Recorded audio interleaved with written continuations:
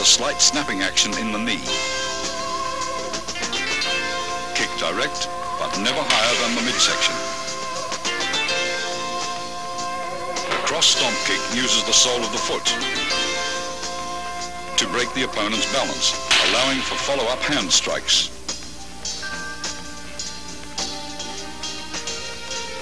The low side kick is for stomping down with the heel or sole of the foot.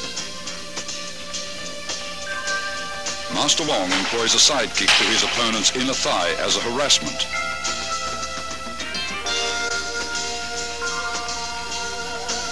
This is a cross stomp kick to side kick combination.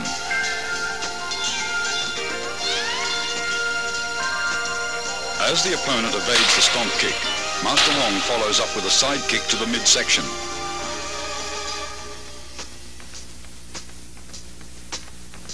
This is a front kick and leg trip combination.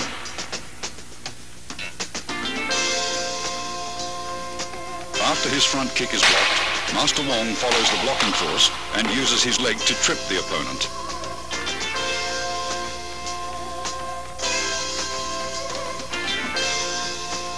Wing Chun's basic stance is shoulder width or a bit wider. Knees are slightly bent. This natural fighting stance affords both stability and mobility. You should be coiled, ready to burst into an attacking or retreating opponent. Advances and withdrawals are performed by a short shuffling motion of the feet, somewhat like the Western fencing shuffle, where you remain in the same stance throughout.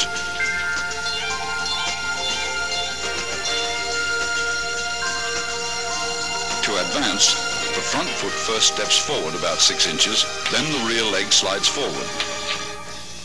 To retreat, the rear leg steps backwards, then the front leg follows suit.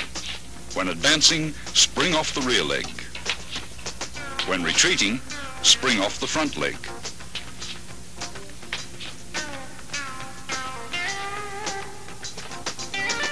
Circle stepping differs from the shuffle in that you actually alternate between left and right stances.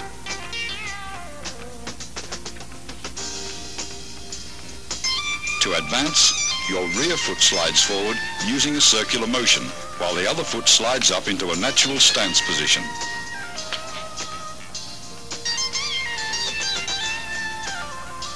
Circle stepping is used for cutting off or pressing an opponent who has great mobility.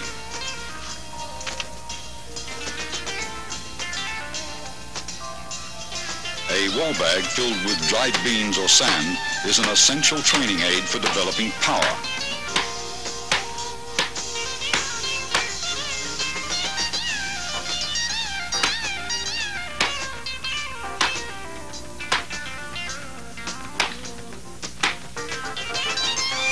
Striking with the fist or palms gives one a feeling of penetration and toughens the skin and bones. Train slowly and gradually.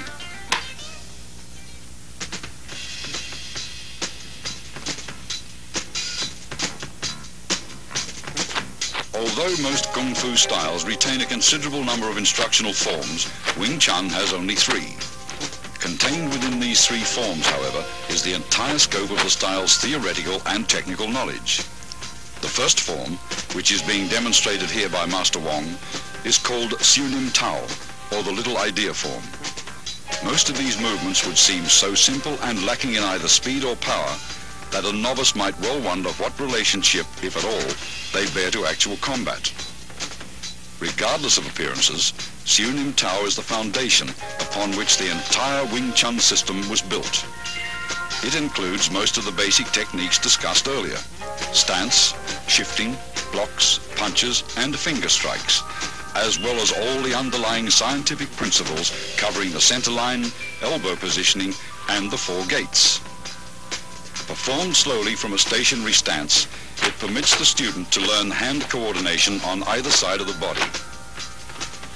Before attempting to practice this form, first study carefully and thoroughly the previous section on Wing Chun's basic theories. Total familiarity with these all-important principles will greatly accelerate your learning process.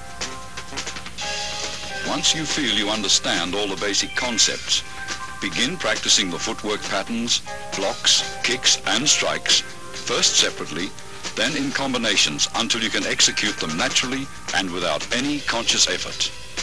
Now you are ready to learn Siu Nim Tao. To perform Siu Nim Tao correctly, you should practice a few movements at a time over and over until you feel comfortable with each motion. Continue on to the next set of movements only when you've absorbed completely the movements of the previous set.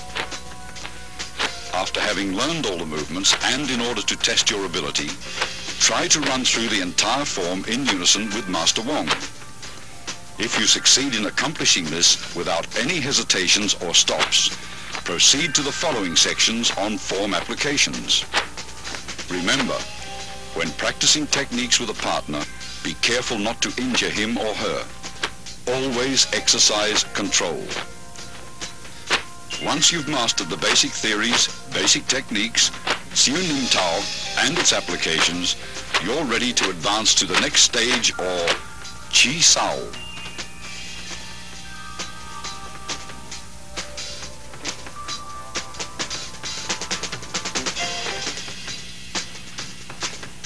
Tan Sao, or the palm-up block, uses a sudden forearm twist at the end of the movement for increased effectiveness.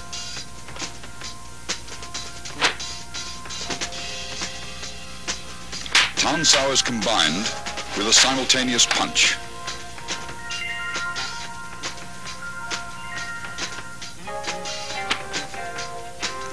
Hyun Sao, or the circling palm, is used after blocking to encircle your opponent's arm. It utilizes one hand for both blocks and attacks. After encircling the opponent's arm, a palm thrust follows naturally.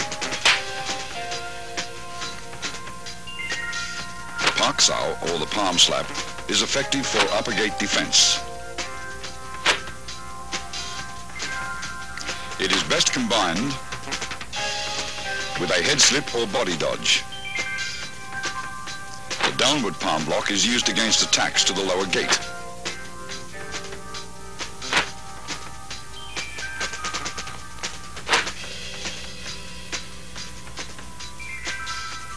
It defends against leg and knee kicks.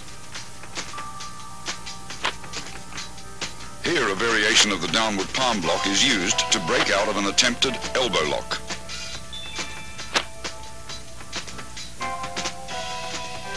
A shoulder and forearm shrug can repel an attacker.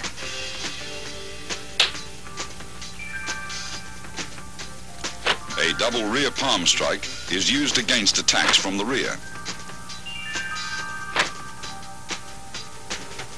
It is a primary defense against a rear bear hug and can be followed with a throw.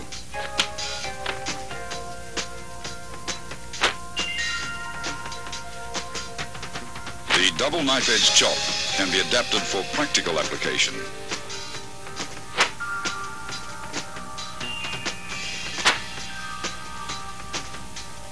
The primary target is the opponent's throat. This is the palm jerk block.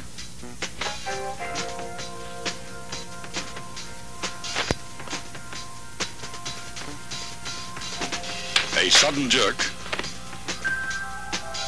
effectively destroys an opponent's balance.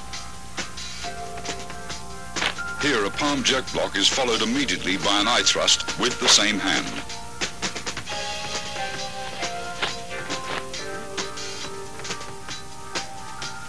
The palm jerk pulls the opponent into the strike. A high wrist block to low palm block demonstrates how both blocks and strikes can be done with the same arm. A punch may be immediately